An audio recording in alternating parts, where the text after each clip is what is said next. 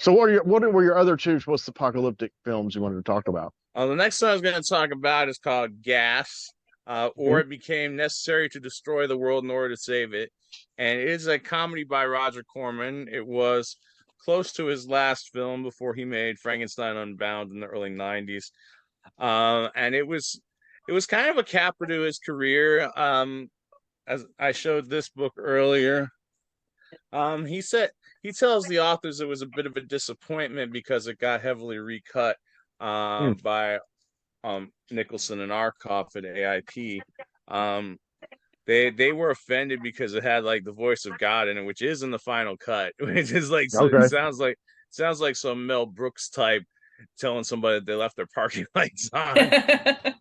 and, and that's after another character called AM Radio, who's played by Country Joe McDonald, Oh um, my God. claim, claim he says that if there's any God superior to him, he should speak now, and then and that guy pipes in. So what happens in this film is it starts with this animated sequence by Murakami Wolf Productions. Oh yeah. Um, Cool.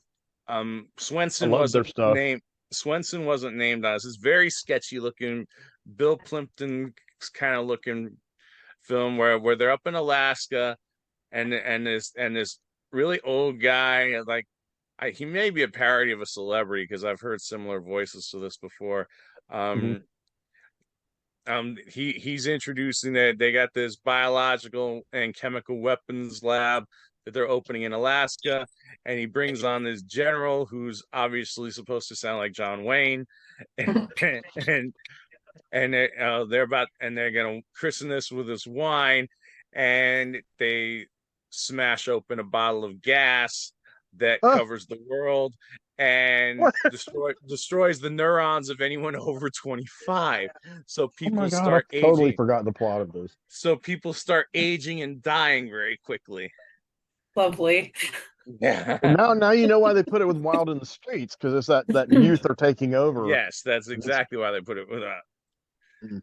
Yeah, and Wild in the Streets is not a post-apocalyptic film, but it does have that It's youth. almost the dystopian film. It It's is. we, It's we definitely a dystopian film. yeah. I don't remember it too well, but I did read the novel, and the novelist claims that he's in an internment camp where he's writing this thing, and with Max's mother. So I don't Oh, he's remember like claiming exactly it's how. a true story. Yeah, the Well, there's obviously a Max there's a didn't there's a become president. novelization that's Oh my actually written God. by the screenwriter. Oh Um, wow. Well, you'll have to fill us in on all that another time. That yeah, sounds great. I've seen the movie Wild in the Streets a yeah. couple of times. I've I've I've only seen seen Gas a long time ago. I've seen the movie once, but not recently. But I read the book only a few years ago. Okay. But anyway, to get back to Gas, um, so it starts off at this college in Dallas, and this guy's running around with a crossbow, and the cops are after him, and one of them keeps tripping, and they keep coming after him for a while because apparently they're under 25. Is he's over 25? What Did he is he? survive somehow? No, he's not over 25. Oh, okay. But I think the cops are. I think the cops are under 25. Okay. But it does take a while for people to die off. There's actually a moment where you hear the president making a speech and he dies, and the vice president immediately takes over. Then he dies. Yeah, I don't think he died at that moment, but because a lot of the stuff you just hear because there's not a lot of budget to show this kind of stuff. But it starts out he's in Dallas, and the lab assistant of the guy who created this gas is a very young woman who was also his lover, and she becomes the main character's lover, and they end up fleeing Texas, driving through some barriers, and it kind of ties in very well with Idaho Transfer, despite the very different tone, because it really feels a lot like Easy Rider, which of course Peter Fonda starred in, because they Hmm. they they end up it's kind of a road movie and end up stopping off all these places. They're trying to find this pueblo where young people live in harmony together, and they Hmm. end up encountering all these different things. Like they end up getting their car stolen by guys who act like cowboys, and they have this big shootout where they start shouting all these movie star names, and I think there are probably some references to Corman's westerns in it, but I haven't been able to find Corman's westerns. And he made some like Five Guns West and Apache Woman very I've not early in seen his any of career. his westerns. Yeah, I haven't Yep. seen any of his westerns either. I've been looking for them. Hmm. I know about them because I have that book, and I've read that Okay. book cover to cover, so I know about all of Corman's films as It's hard to director. see all his movies. It is very hard, and he is a very underrated director because Oh, because he wait. he put a lot of, even when he had no budget, he put a lot of thought into the films he actually made himself. The ones he get put money on, maybe not so Hmm. much, but the ones he Well, actually directed, he put a lot of thought into. yeah. Well, Bill reviewed Teenage Cavemen for this piece, and Yeah, he was saying a lot of the same things. I think you guys were yeah, that's talking another about. one I've been wanting to see. And I already I had the saw it a ending long spoiled time for me a long ago. time ago. Yeah, there's so many movies I watched on streaming when I finally got to see them, and I went through a glut from like 2016, 2017, and so many of them I've kind of forgotten a lot of details depending on the movie. But that both of those movies are among them. I don't even know if I finished Gas. But Teenage Yeah. Cavemen, I do remember it. Drove it Vaughn. But go ahead. I'm sorry, number two. Okay, so yeah, there's this big shootout, and they get their car taken away from them, and they end up in this record store where Ben Vereen and Cindy Williams are a couple, and Ben Vereen is this black nationalist who's like, and they don't My understand how my he kind of got Sid guy. they don't understand how he got Sydney Williams Cindy Williams pregnant when he's obviously not into white women. He's like, well, no, and he's like, no, nobody's 100% consistent. And I don't remember what his exact line was, but That's a but strange pairing. That's incredibly 70s right there. yeah, but he's like, he's got like the ribbons of like rifle bullets around him, and like he looks like he's a Zapatista or something. So he ends That's up with awesome. them, and then another couple played by Bud Cort and Talia Coppola, now known as Talia Shire. Oh Um, my God. and so they all go off on this journey, and there's all these signs about this oracle, but they don't talk about the oracle. They're just trying to get to the pueblo, and the oracle ends up just being a throwaway joke anyway. They didn't But have enough money to do the Oracle. yeah, I'm serious. They might not have. they probably didn't. Might be in the But it's script. it's never actually mentioned in the script. It's just signs they keep seeing. Oh, Uh, okay. but where was I? Oh, because one of the key scenes in the film is they end up in this town. I believe it's called Sirocco. It's all set in Texas because it starts in Dallas. Well, and then they do end up in New Mexico later because like the later part of the film is in New Mexico. Now, is it Um, just this handful of characters kind of just roaming about? Well, it's just, yeah, but they meet a lot of people along the way, and like one of Okay. one of the most important incidents on the way, they end up in this town called Sirocco. I think it's called Sirocco, because it's all like real locations and stuff because it's low budget, Hmm. which actually makes it more effective Yeah, I like because on it does have location. real locations. Yeah, sure. But There wouldn't be an oh Italian cinema without location shooting yeah, oh or one of the handheld. one of the funny things with the Cindy Williams character is there's no indication that this is set in the future at all because all these kids are acting like hippies and stuff. Um, but the Cindy Williams character is like talking about groups like the Byrds as golden oldies, and like this one was made in 1970, so they're not exactly oldies. No, that's when they were at their peak. Wow. Okay. Yeah. That's funny.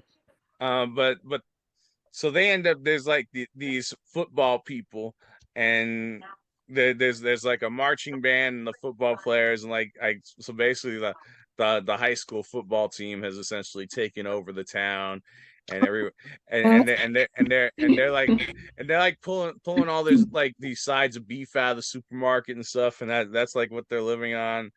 They're um freezing them. yeah, so it ends because like later in the film there's a conflict with them because the people at the pueblo only have plants, and they're not vegetarians, and they complain about They protein complain. deprivation and stuff. So this ends up creating They'd hate me. this I would be in the plants. yeah, this end. That's all I eat. Yeah, so it ends up um being important to the finale because they meet these people, and it's like there's a weird thing because they talk about, it's really politically incorrect because they talk about rape a lot and it never looks like rape. I mean, because they're like, No one could figure because out what rape was in movies and TV in the 70s. I mean, they have they like ride around these doom buggies, so it looks very much like a parody of later films like Mad Max and stuff because they're like riding around in the okay. Texas desert with all these doom buggies and stuff, and Well, that's cool. they crash it through this sign that says rape, pillage, and plunder, and it's like a lot of ways they're just trying to remake the world the way they've already seen it, and they're like just like imitating stuff. And I don't think I think that kind of the joke was that these kids don't really know what rape is because they're like running around on the baseball field like, no, well, wait a minute, you gotta do a proper rape, and they bullet, and the girls all grinning all the time. It's really weird. Ugh. So, And so, then there's so they think remaking society is acting like Vikings and conquering everything all over again. yeah, I mean, that but like tracks for like high school and college kids, honestly. Yes, it does. and then Absolutely. there's like one guy who like acts like he's a doctor and all this stuff, and like it's like they're trying to take over these roles and nobody knows what the hell they're doing, and that was kind of the So, point of the film. so I what, think what, it what, was written as kind of like a boomer attitude toward younger people, it feels like. Hmm. well, oh, okay. You're saying, oh, well, they weren't boomers. They were silent generation towards Yeah, boomers. Yeah. yeah. So actually the main characters in the film were actually boomers. Yeah, they're Oh, boomers. Yeah. that's so weird Because to think because it about. is made in 1970, but it does But, seem like it seems like it's like the older generation making fun of the younger generation. well, I mean, if it's in the future, it could be the boomers who were hassling the millennials That is who, true. who listen to the And now birds Gen as Z all on these. top of that. Yes. I It just love that never stuff. ends. It never I know. ends. No. I've promised myself I'm not going to be one of those older adults that talk smack about the upcoming generation. They're I, individuals. yeah. They are Yeah, brilliant. They are idiots. They're everything just like we Mhm. were, and I'm just not going to absolutely. participate in that. I It's not refuse. monolithic. It's not monolithic by any means. Exactly. And I mean, I teach college kids, so it's like, I see them. I know how intelligent they are. I know Hmm. how insanely young they also are. And, they're just so individual. I can't fathom like grouping an entire everybody between this year and this year is X, Y, and Z. Um, Yeah. so let's talk about Scott. Is there anything else you want to say about Gas before we move on to another incredible film? Yeah, there was actually quite a few more Oh, things I wanted to okay. say. Oh boy. So so so what like so a lot of it's like comic bits like when the two main characters Cole and Scylla leave Dallas. um Cole goes into a library to get material for a fire, and Scylla is horrified, and it turns out it's the collected works of Jacqueline Suzanne. And she's like, okay, but what if we run out? And they said, don't worry, there's a whole shelf full of Harold Robbins. Oh my God. I remember you mentioned So that is because hilarious.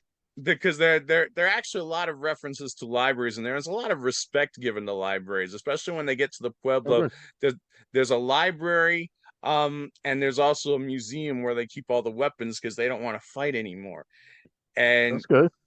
ultimately, in the conclusion, um, the football people come to the Pueblo, and they decide to attack it because they don't have any plants, and they can't live on just meat, and so they try to, and immediately these people, oh, we have to fight back because we're being attacked, and Cole turns out to be this guy. They're all like militaristic, so he has them all put on Red Cross helmets, and like we can't attack the Red Cross, and they eventually they decide that peace is the right way, and they do need to work together to rebuild the world. And Okay. then all the people we thought died, there's this minor character they met in the football field called the Mole, who's always digging underground. They all turn out to be alive, and they all come out through this hole, and it's like this big The grand older finale. people? What? The older people? You mean? Not the older people, Oh, okay. but some people we thought were killed come back. Oh, and the other thing I was talking about with the rape element is there's a part where um Scylla gets kidnapped and they want to rape her, and she actually they're trying to argue about who gets to rape her first, and she's like, I'm the rapey, I'm in control, and that was actually in the trailer, and they bleeped the word rapey. Oh So wow. and then when they at the end of the series, the three men are all exhausted, and she's like rattling off like quotations from the Kinsey report or something. What? Yeah. Yeah, it's not like this whole. She's like talking about how this scientist says this about female sexuality, and this other scientist says this about female sexuality. It's all just completely insane, and she's not tired at all, and the three guys are completely exhausted. Oh Well, my God. That sounds like you, a good old-fashioned neurodivergent info dump. Let me just tell you about the Kinsey reports real quick, you know? and that was a Because big there's this thing whole back running then. joke where they Yeah. Cole refers to sex as screwing, and she hates that term. He's like, they need to be more beautiful terms for lovemaking, and like so he ends up having this one night stand with this girl, and they come up with arrow feather, and the scene is really funny because he says arrow feather and she says arrow feather, and so the difference of pronunciation makes it really funny. It's And like, and another thing I thought was funny is one of the words he comes up with to be a slang for lovemaking is Giancarlo Menotti. I think he probably would have liked that because when he was at the end of his life, he's like, I moved to Monaco because I thought it would be scandalous to die in Monaco. so they use a guy's name to describe it? Yes. An Italian guy. Yeah, it's Italian American composer Giancarlo Menotti. Viva Italia. Such great Famous for cinema. them all in The Night Visitors and The Medium. Viva Jallos. So okay, so did you like it? It looks like I you did did. like it. I liked it. I think I liked it more the first time I saw it, but it was still really good.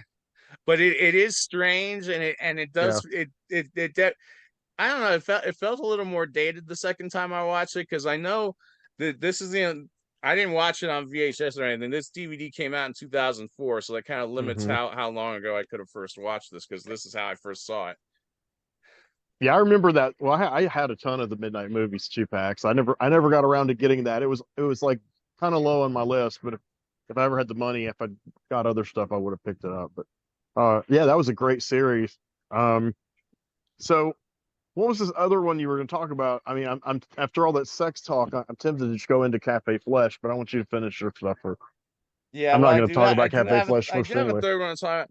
It's called Beyond the Time Barrier, Okay. and this I just saw for the first time a couple weeks ago, and it's about a guy in 1960s with the Air Force, and I don't know about this DVD because the aspect ratio looked kind of strange. It didn't look like it was totally squeezed, but it was widescreen, so it looked a little bit odd. Call Tim Lucas. Call Video Watchdog. He'll figure it out. Yeah, this was distributed by a company called Cheesy Flicks. This is a film by Edgar G. Oh yeah. Ulmer, who was I kind didn't of know on they the put out skids. DVDs. They have a YouTube channel. Yeah. But yeah, no, actually I do remember they did DVDs. But were they decent prints? Yeah, it looks good. It says 2015, but it doesn't look like the aspect ratio is perfect. Right. Okay. It looks like it's slightly squeezed, but then when I saw like the airplane wheel, it looked like it was the right shape. So I don't know. So it might have been just off really slightly. But anyway, he's like the first person. Well, he doesn't go close to the speed of light, but he goes like 600. I think it was 600,000 miles an hour. And it's like they describe it as they say it's like almost like being in outer space because you like see the stars in the background when he goes up. So I'm kind of thinking they were talking about that when they had like the tourists go up to space recently, like when they sent William Shatner into space recently. That they weren't technically going into space, but it was kind of like they were going into space. You're talking about in real life, William Shatner. In real life, related to the movie. I'm trying to make a comparison. Yeah, Elon Musk sent William Shatner up there. Shatner wrote a great piece about it. I was shocked. Yeah. I mean, I don't think he's a And dumb guy, but this was pretty incredible writing. yeah, and George Takei, of course, made a lot of cracks about him on Twitter about it. I don't deal Of with George course. Takei. He's a neoliberal. So go ahead. Yeah, so anyway, he ends up in 2024, so next year will be a great year to watch this film. Mhm. Um, and so Far he future. yes, Actually, side note, Akira also takes place in 2024. Does So it? there you go. 2024 is apparently the year for post-apocalyptic What is the films. year? What is the year at the beginning of Akira where the bomb goes off? I think they say that. Isn't it like nine? Is it in the 20th century I at don't all? remember. Let me Google it real quick. So 2024. A lot of them are set in 2019 or um, Soylent Green is 2022. 1982 Okay. apparently is when the nuclear yeah, I explosion know it's happened. Soylent Green. They just deliberately said it exactly 50 years in the future, Yeah. Yeah, from the movie. which seemed kind of strategic because it's like, well, a lot of the young people are going to still be alive when that comes around. Well, Mhm. a lot of these, not a lot of these movies, a lot of them were based on novels, and Logan's Run is a great example, and the one we were just talking about, my brain went blank. What were we talking about? Oh, Soylent Green, yeah. Make Room was a short story, or no, it was Yeah. a novella by Harry Harrison. I think he wrote that in the late '60s. I know William F. Nolan and George Clayton Johnson wrote Logan's Run in the late '60s, and full disclosure, I ended up knowing both of them personally pretty well, but now they're deceased, which was weird for me because I grew up on Logan's Run. I don't really care for the movie anymore, but I love that book. I love that book so much. It could have been a great movie. Now it's just kind of a fun movie. Mm. It's kind of like what Keith was talking about, special effects movies before Star Wars. So it was Hmm. 75. So it's like it was trying, didn't quite succeed. But and the other thing is it was PG. I don't know if Hmm. y'all have read Logan's Run the book, but it's more like NC-17 slash Mhm. triple Well, the X. movie certainly hints at it, It and does hint at it, but it hints at it, and it's definitely more explicit than a PG movie could be now. well, Yeah. yeah, because that's true because you can almost see everything on Jenny Agutter because of that Yeah. crazy weird dress she has. And of course, when I saw it as a kid, I was like, "Oh my god!" You know, I can think I can see it. Hold on. And of course the TV show they toned it down even more. And that was So interesting because they're like all wandering outside the city, which was only kind of hinted at in the it movie. had like nothing to do with the book. I mean, what they found in the outside because there really wasn't much on the outside. And Hmm. um, did you ever read the Marvel Comics series? Yes. I loved that, man. Dave Yeah, Kraft, that George Perez, Klaus it Johnson, was and good. Klaus Janson, and yeah, they did a follow up when the everything blew up at the end of the movie. They did two or three more issues, and they Yeah. started. And I wish the TV series had kind of adapted some of that, but what Yeah. can you do? But the most probably the most interesting thing about the TV series was when it's revealed to Logan that they're all these older people who are running this thing, and it's and like that they weren't supposed to know about. It's like so like the old people have like this separate society, and they're letting these young people kill each other off. So like these wealthy old white Oh, men, these old wealthy white men are all in charge of the whole thing, which I that's thought was really not that bad a concept. Yeah, a really interesting revelation, but most of it yeah, they're outside the dome, yeah. That's not a. which is interesting in itself, but it's not that close to Logan's Run. I And never asked Bill what he thought about the series. I will say that George Clayton Johnson confirmed. Now you remember the movie came out in '75, so you and I were reading comic books then. So he confirmed to me that yes, Chris Claremont named Wolverine Logan after Logan. That's why they're uh-huh. both called Logan. So it's not like a coincidence or a who did first. It's I mean Well, I Logan's Run wasn't was around first. in 1975, but I do Oh, have I those forgot. I'm comics. sorry. I'm thinking you were like Keith. Keith is really close to my age. Now, mind you, I was extremely young in 1975, but I was already like obsessed with comics, knew a lot about comics, and yeah. But I was born a year later, so okay. Um, he ends up in 2024, and he finds his base in ruins, and he gets kidnapped and as he's on the way toward this very futuristic looking city, and where he wakes up in prison, and the there are a number of people there, and none of them are speaking to him, but they're like doing like tests on him and stuff, including some very beautiful women. So And he's captured and they're testing him? yeah, he's captured, and they do like tests and stuff on him. But then they bring him into the room, and they find out that because of issues with like rocketry and trying to go in, this was interesting because the whole thing was like they started doing a big space program, and it exposed people to cosmic rays, and it caused them to mutate, and so people became deaf and mute and sterile. So that's a big thing because the first woman he sees is actually the granddaughter of the guy in charge, and she has some psychic powers, but she can't hear or speak, Mm-hmm. and so that they think she might be fertile, but they don't really know. But Hmm. they want him to get with her. Here we go But back to the fertility thing. yeah, Yeah, it it was a big always comes fertility. back to fertility eventually. Yeah. Although that it was very much 1960s mores, even though she had selected It him, is. she Yeah, had that movie selected him as hints at her stuff, mate. but But yeah. when he has dirty thoughts about her before they're married, she slaps him. But then he's like, but you're not mad at me. And she's all smiling and stuff at him. That's one of my favorite, like, just tropes in movies from, the last several decades before things changed the way they did eventually. Where just like women just get angry about men having these thoughts or whatever, or trying to seduce them or whatever. They're like, oh no, I have to like do what I have to do. But actually, I do want to talk about sex. Actually, I do want to be involved with you. And it's like, it's this whole thing. And it's so interesting how that comes up in so much media. I Yeah, agree. I this grew was up with Darlene that. Tompkins, and I did actually find a topless photo Not very of her on the healthy, internet. really. Yeah, It's really not. It's bad communication all around. But it is. So that's we're all why sold a bill of it was goods. bad. Mm-hmm. Okay, Andrew, continue the saga.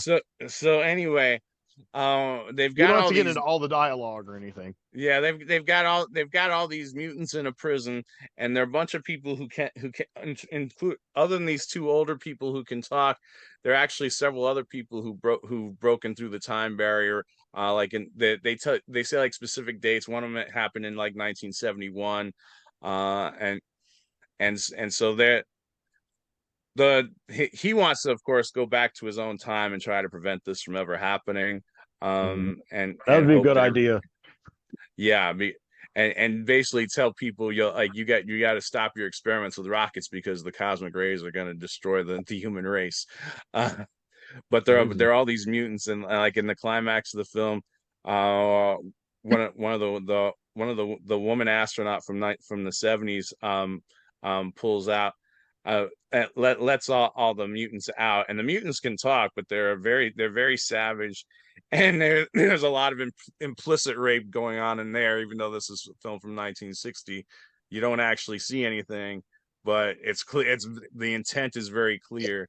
But It's really wild experiencing media from like say the mid '60s, especially films, but other media too. But we're talking about films. So films from the mid '60s to maybe early '80s, the sexual revolution. So it's yeah, like from Free Love, which was say 1967. I've heard that's a great year, and a lot of key films came out that year. A lot of stuff happened that year, up to like say 77. So then you have a disco era, and that was decadent also. So, and then America got uptight into Reagan, and we've never turned back. I mean, we're still yeah. Yeah. And one of the interesting things is like in a history class where like it's like, oh, the sexual revolution is tied to the pill, and like these are there's no connection in any of these, because like in what we're talking about, Wild in the Streets, Max has a ton of kids in this book. There's no thought of the pill. He just gets women pregnant constantly, and like they're like, really? I was like, really? I thought the sexual revolution was because people didn't have to worry about having kids, but that's certainly not in that. Well, No, that's why that's a big oversimplification. Yeah. absolutely. I mean, that's why But there's a lot of Gen X kids because they just kept having kids. Not my but parents. My parents weren't it, of the baby boomer generation. They were older. But go ahead. the ending's actually pretty shocking because first, the Darlene Tompkins character gets killed, which you don't Oh wow. expect, and Mm-mm. he I and he vaguely ends remember and that. yeah, and he ends up carrying her into her grandfather's office, and they're very upset, and he's like, well, now I have to go back because maybe I can prevent her from dying like this. And when he gets back, they're they're they're like trying, well, is he delusional or what? And then they bring in all My these cat wants government to be in the movie. Hold on, my cat wants to be on the show. Now he's getting I shy. see your cat. His tail was in the last episode. I see an ear. I see two. That's Kal-El. He's very smart about movies. Mm-hmm. If I give him the right food, he'll sit and watch anything with me. That's so sweet. We used to sit and watch, when I first watched Hannibal all the way through, I would watch all 3 seasons. Like every night we would sit and eat yogurt, and I would give him my leftover yogurt, which he loved. And he would actually look at the screen. It might have been because there was a lot of gore and meat in it, but I don't know. Something about it fascinated him. I mean, but, I swear, my dog watches TV with me too, and movies and stuff. Like, she'll just kind of curl up and she'll be watching it, and I'm just like, that's really interesting. I know. I never had it happen with any other cats before him, and he didn't do it at first. But now he's kind of interested. It depends on what it is and the sounds of it too. Yeah, dog and the cat here both will like watch stuff with us. Mm-hmm. That's awesome. So Andrew, let me ask you a question. Did the rocketing itself, I mean, the exploration with the rockets warping and everything, is that what caused the cosmic rays and the mutants? Yeah, they said they were damaging the barrier between the atmosphere and space, and it was letting cosmic rays in, and that was what was causing. So it's like he came to a future that he's kind of responsible for in a way. Exactly. Okay, that's cool. That was definitely made clear in the film. Okay. And when he gets back, they're trying to decide, well, is this guy delusional or not? And they bring in these government officials, and there's a total shock ending. You find out the guy has aged as though he's from 2024 now. And oh god. And then they look into because he gives them the names of the 3 scientists who came in the 70s. No, actually, I think 1 came in the 70s and 2 came in the 90s, and they're still alive at that point, or they are alive at that point. They find out they are alive in the 60s. They're young. And they're gifted science students. So and like one of them is in high school and one of them is in college, and it's like, well, this checks out. They're like, don't get near rockets, kids. Yeah. So that's basically the shock ending, is that everything he reports seems like it could be true because he's able to name these names, and they check out as people who actually exist and maybe on that path. It sounds like it has more layers than I thought it did when I saw it. I thought it had some cool angles, but I didn't really remember a lot about it. Yeah. It's been several years. But it doesn't really look like a low budget movie because set designs are really nice and the production values look very high. Okay, and who directed that again? Who directed that? Edgar G. Ulmer. Oh wow. Okay. I think that's why I watched it the first time. Yeah, I forgot he directed it. He made it like at the same time as The Amazing Transparent Man, which is not as impressive, and it's a lot shorter. The Amazing Transparent Man is like, I think it's less than an hour long. Who did that one? He did. Oh, he did both of them. Yeah, they did them both in the same year. I totally forgot that. And Phil Hardy treats them as companion pieces, but I think this is a much more interesting.